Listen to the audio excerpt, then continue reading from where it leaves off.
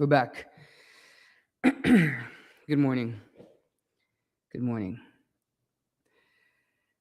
It's a rainy day. Still trying to catch myself, but we're gonna get into it because we're late. There was a fire alarm at the building, the government administration building. So the fire alarm went off.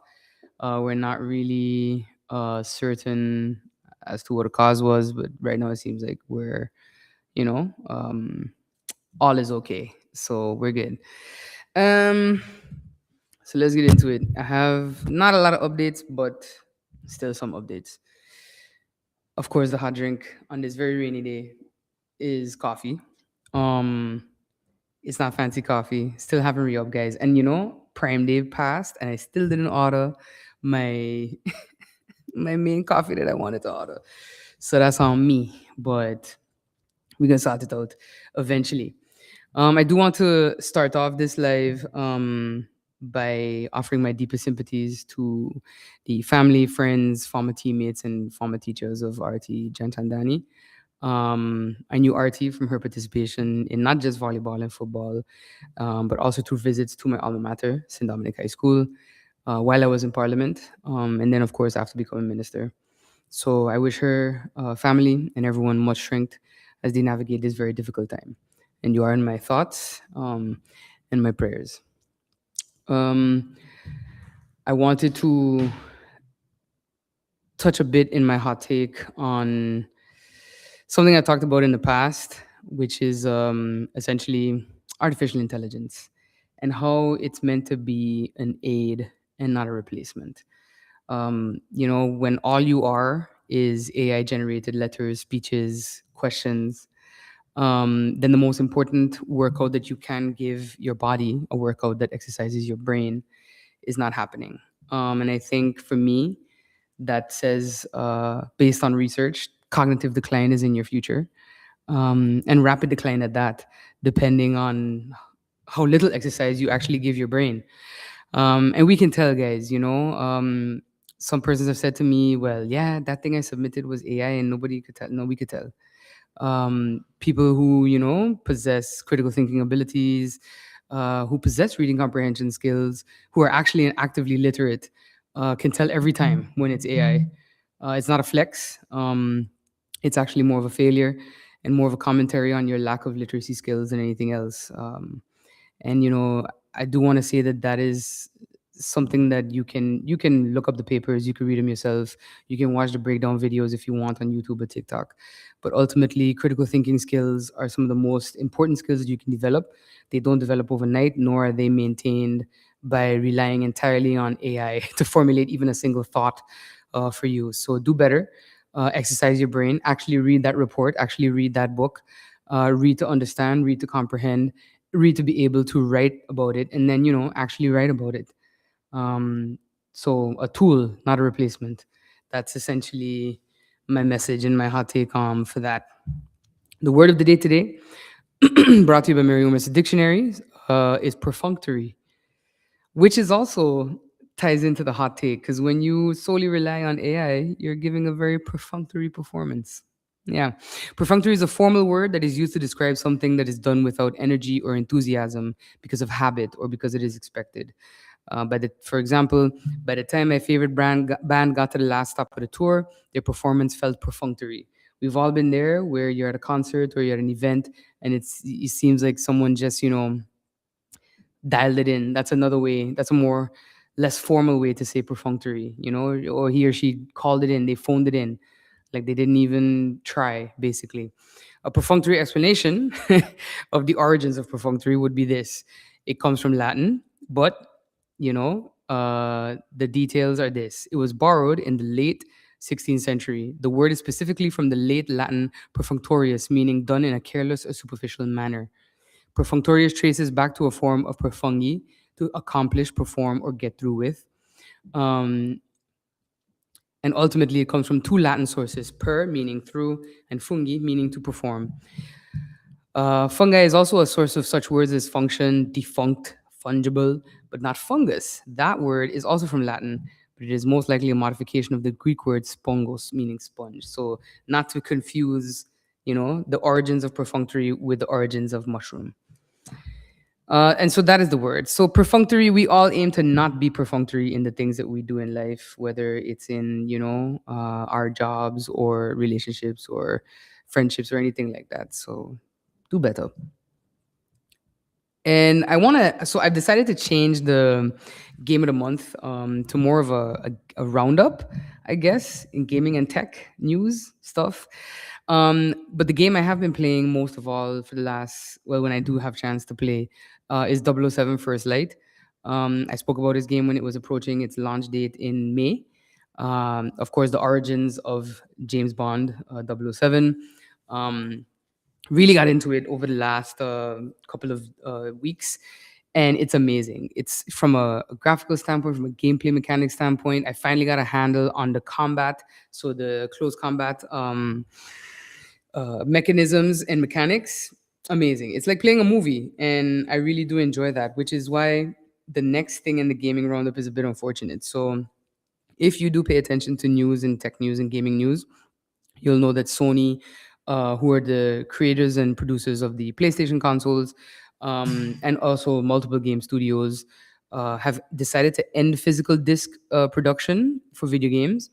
So it means you won't be able to buy the actual disc. And I saw someone say that the physical disc for GTA, for something that they bought, is just going to be a QR code inside the case, um, which is really unfortunate. Um, so essentially, not having physical discs anymore means that you are going to have to get your games digitally. This speaks to a few broader issues. Number one, it disadvantages persons who are living in places where they may not have an adequate internet connection to be able to download games digitally. If you see the size of certain games, for example, Call of Duty, I think the last Call of Duty update last Call of Duty game, or Battlefield itself, actually, another game, was about 60 gigs. Um, GTA 6 itself is supposed to be 100. If you don't have a substantial internet connection, you're going to be downloading that game for days. So even if you pre-order and you get it on launch day, chances are 4 days after launch day is when you're going to be able to actually play it. So that's something to think about. But also ownership. The games announcement, so the stopping production of physical discs announcement, came on the heels of Sony also announcing that they had ripped movies and TVs that people had paid. They had ripped movies and TV shows that people had paid for out of their content libraries. So you've paid for this, but now it's not yours. So digitalization and full digitalization of games is essentially leading to this thing of where you don't actually own anything. Even the movies that we used to get on disc, on Blu-ray, on DVD, and such. And a lot of that has to do with the advancement of artificial intelligence. So this shift to AI, the cost being pumped into AI, into data centers, into developing LLMs, etc. That is essentially what's causing a scale back on the production of physical discs. You saw it happening. I talked about it on a live with, for example, RAM chips, graphics cards.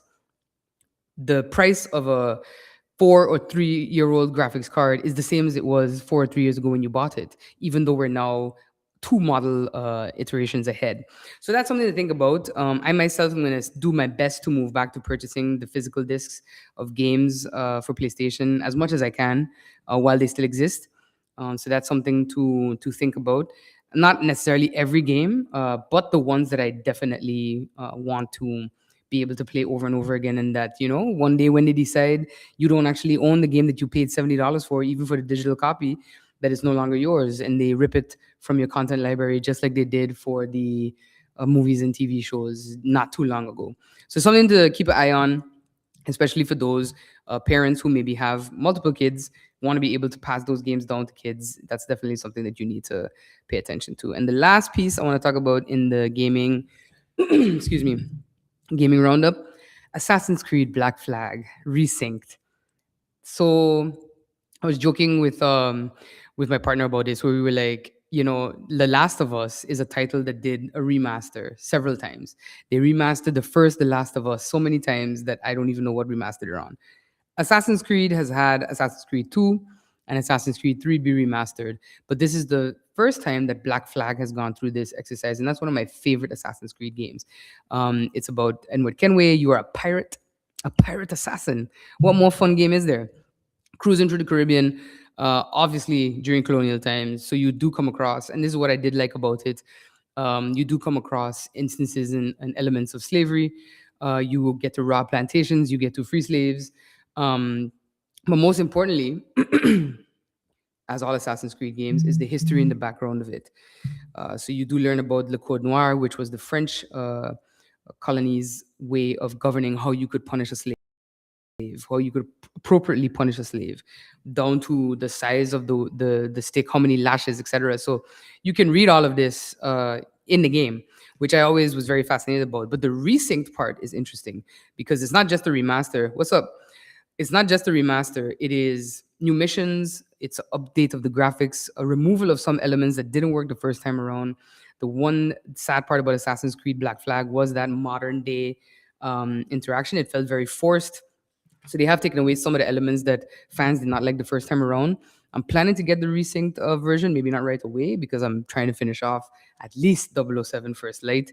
I have a bit of a gaming backlog, but just as one of my favorite game series, which is Assassin's Creed, interesting take on the remaster, and hopefully this is the last.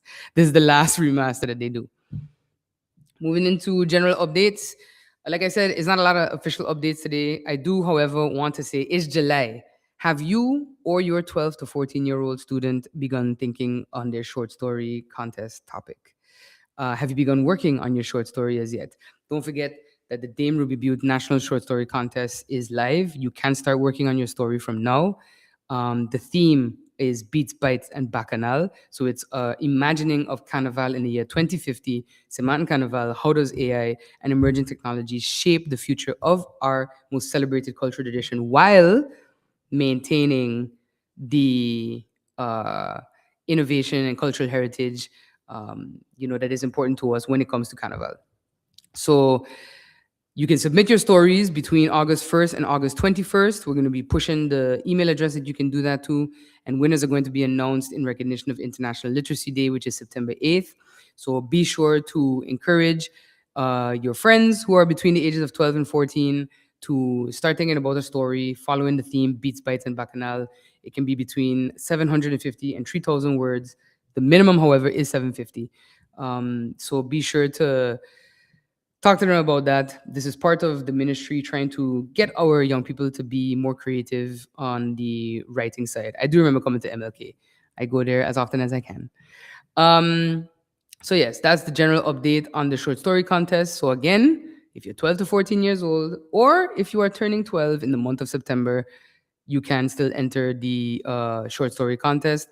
I know last year that was our winner actually turned 12 like a couple days before the actual announcement of the winners on September 8th, I believe. I myself am born in September, so I know sometimes you miss these cutoff points with certain things, but we've decided to allow it. So if you are turning 12 in the month of September, you can still participate in the short story contest. And moving on to updates from Parliament. So questions have been received for the 2026 budget, and I refer you back to my hot take on my for my thoughts on that. And then I want to get into sports a bit. I have to say congratulations to our U12 softball team. They're currently abroad and they've won their first game 6-1. This is a tournament that they participated in last year. And you can see the development of the players from then. I'm super proud of them. I heard that we also had 15 strikeouts, which is a dangerous statistic. I know the saxophones were getting super loud for the opposing team as they saw strikeout after strikeout happen. So congratulations again to them and looking forward to the rest of their games. But this is an amazing first time out the gate. So a 6-1 victory. So please make sure you shout them out on social media today and give them their congrats and give them their props. And good luck to them for the rest of the tournament. And heading now to culture and arts. So I actually just got back. We have a few things to catch up on. Before I flew to Nevis, we had what I believe is our best Emancipation Day celebration yet. I have to say that it was very impactful. It was held at the Belvedere Plantation. which government acquired last year, one of our last remaining plantations on the island. Um, Very significant in terms of our culture and our heritage. I want to say thank you, to so many people. Firstly, to Winwood Roads for assisting us with the cleanup so that we could have the event space. As soon as you drive in, there's a few structures. There's the old house that is now destroyed. There's the boiler room. There's the cattle mill. There's the old kitchen in the back, as well as walls that were erected by the slaves that worked on said plantation. The energy alone was just amazing. The performances by Funtopia, by the dancers, the performances by the poets. I mean, Lorenzo's poem was amazing. Freedom, but are we freedom? I definitely encourage you to go back and watch the live and check that out. Artem's poem, I believe I'm saying her name correctly, that was also very impactful. Um, so, just a day where you felt that energy of our ancestors. You felt everybody presence. So I do have to say, thank you to the Department of Culture for, again, I was getting comments about it from persons who were there. I was getting comments about it from people watching the live. Really an impactful Emancipation Day. So I hope that everyone was able to also pass by the Voices celebration at the Amelia Wilson Park. I was unable to go because I was quite literally traveling the next day. So we had some things to finish up and wrap up. But I heard that celebration was also great. I want to thank Voices as well, in Nkosazana and the rest of the gang for continuing to hit the mark. They honored retired educators at their event in Emilio Wilson Park. And for ours, I really do feel that we honor the spirit of the persons, those who came before us, their sacrifice. And you can check out my remarks on my YouTube channel because I posted it. I think I also posted it on TikTok. And yeah, listen to a bit of what we all had to say on that very momentous day. And then, as I mentioned, the next day we traveled to Nevis. I was invited by the Nevis Tourism Authority in my capacity as Minister for Culture, and as someone who has talked a lot about regional collaboration and this sort of cultural exchange, not just when it comes to specific moments in our history, in our shared history, but also in just traveling to each other, just going to visit one another, passing through. We have a lot of people who come here for our carnival, but it would be great to have them come here for these cultural moments as well. So I said, perhaps next year, Emancipation Day, we can do where they come here and then we go over there or something like that, But it was my first time in Nevis, my first time in the Federation, and definitely a mango festival that I will not forget. Do I believe that I was on the risk of turning into a mango? Absolutely. But it was amazing to see businesses really buy into it, you can see that the buy-in is there from the private sector. We had mango infused conch chowder, mango barbecued pork. We had fish, mango salsa here, mango salsa there. What I want to really point out is that our chef team of Renata the Weaver and Janina Joseph from the NIPA came in third place in the cooking competition. I won't go into my true feelings about that, but I think people from Anguilla might be a bit more upset than me. But ultimately, it was an amazing experience for them. So the cooking competition took place in 2 rounds. And I want to say, especially for Jananina, as a student, this is her first real high level competition. She prepped the meal for the first mystery basket. You had 2 rounds, 2 mystery baskets. The first mystery basket was specifically plant based. They had green banana, green soursop, and I'm like, cooking with green soursop? Anyway, so watching them work, watching them prep, 30 minutes to get everything done, by the way, and simply watching her, know what she needed to do the minute that she needed to do it. It was really amazing. I'm really happy. And again, shout out to Renata for the work that they've done with these students. If you've never, I actually would say, and I'm going to say this after my second round commentary. So the second round was the mystery basket, had in ripe papaya, the usual ingredients, and then conch. The conch, I was told, was not clean when it got to them, so they ended up having to clean it on the spot, pong it on the spot. St. Kitts was just beating the conch with a kitchen hammer. And then the hosts were like, oh, we have another mystery ingredient. And with that mystery ingredient, you get 15 extra minutes. Okay, so the next mystery ingredient was coffee to go with conch mango, and ripe papaya. It was nuts. Also, semolina flour, so they were making like a polenta. So you there seeing Janina there whipping and then coconut milk here and this there, and I'm just like, I have no idea what's happening. Um, but ultimately, at the end, both dishes, once the judges were done tasting them, they put the dishes on the main table so that if you were spectating, you could go with a clean spoon and you could try the dishes. I tried the first dish from everybody, which was, I feel like we did almost like a green banana dumpling. That's the consistency it had to me, with the grilled or sauteed green soursop with the mango sauce. Everything was amazing. And I am a person that doesn't really eat soursop. I don't eat it when it's in its regular form. I like it as a ice cream. I like it as a drink. And green banana as well. So everything works so well together. And then on the second go round, the conch. I'm not gonna lie, between us and Anguilla, it was tough, but it's still us. The flavor was there. It was slightly spicy. Somehow they pressured the nonsense out of it. So I remember Renata was like, "In my bag, I have a pressure cooker." So she went over with her pressure cooker, and essentially they pressured the nonsense out of the conch. The mango infused sauce. They also infused the coffee into the mango chutney. It was just crazy. So it's cooking is something where, if you could throw a mystery basket at people and they can make something taste that amazing, you know that that's a chef. So Janina, big up yourself. You were amazing. It was honestly some of the best conch I've had, and I don't say that lightly because I am a very judgmental person when it comes to conch. um, but congratulations to them for coming in third place. Congrats as well to St. Kitts, who came in fourth place. Anguilla, our neighbors across the channel, they came in second. And then Nevis ended up winning the cooking competition as well. So congrats to everybody. It was a wonderful experience. I fully encourage persons, if you can go over next year, to do like participate. I tasted mangoes I've never tasted in my life. I'll be posting some pictures of it on my socials later on, but truly an amazing experience for me. Engaging as well with not my counterpart minister, but the Minister of Tourism for Nevis. Just overall fantastic day, and just being at the park where they had the stage, so the Malcolm Guichard Recreational Park, just that space of having somewhere that everybody can gather and everybody can go to. The fashion show, I see the federation. Listen, Tim Martin, we got to step our game up because I felt underdressed, but turns out I was appropriately dressed. But nah, thank you again to Nevis for having me. I really definitely enjoyed it, and we'll be back in the future. And overall, I would encourage everybody to, try to get over, learn about the different mangoes they had. I didn't know that you could have 40 different types of mangoes, but you can, apparently. My favorite mango that I had was actually one called God Blood, which was a slightly bigger mango at the time, super sweet. So definitely one of my favorites. That firm, not too soft. You gotta get your mango. You gotta get your mango perfect.